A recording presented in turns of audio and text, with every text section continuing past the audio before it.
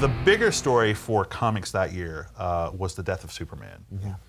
In Superman 75, Superman dies. He's killed by Doomsday. Spoilers if you haven't finished it yet. Spoilers for the death of Superman? But yeah, I mean, this was a big event. 23-year-old spoilers. Presaged in Crisis on Infinite Earths. You Yep. know, DC kind of rebooted everything, and they created this very public campaign where they said they were going to kill Superman. And it ran across the 4 Superman comics that were active at that time, and he was killed by Doomsday. And the thing that struck me about it was here were comics being talked about on the news, right? And I'd just never seen that before. Yeah, that's something that really stuck with me.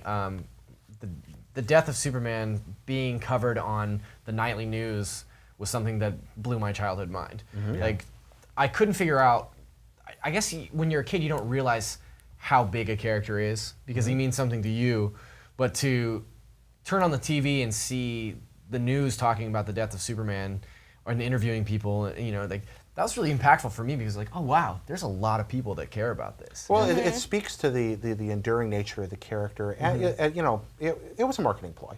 Oh, you know, certainly, they made no secret of that. But it was a marketing ploy because people were starting to have, some people had the perception that the character was boring or that he was losing some interest.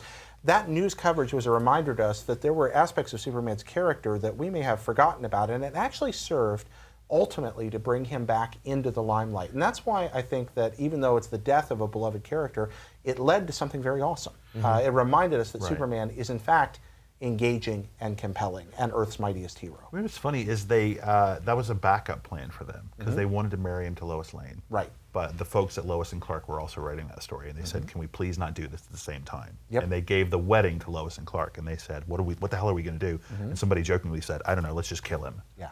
And they made the story then out of they it. went with it. But as you said, there was a backlash. Like, he was alive less than a year later, so a lot of people who had been brought into comic book reading were super frustrated by that, and it was part of the '90s speculator bust, Came where back with that stupid blue suit. people Well, bought before this that, you had comic. Reign of the Supermen. Yeah. Even before Yeah. that, you know, we People had bought this comic up by the truckload, and I just checked on eBay, and you can buy it for like $20. Yeah. Right. So, that's a bad story for the comic industry, but definitely something that was hugely influential Huge in in the year. 1992.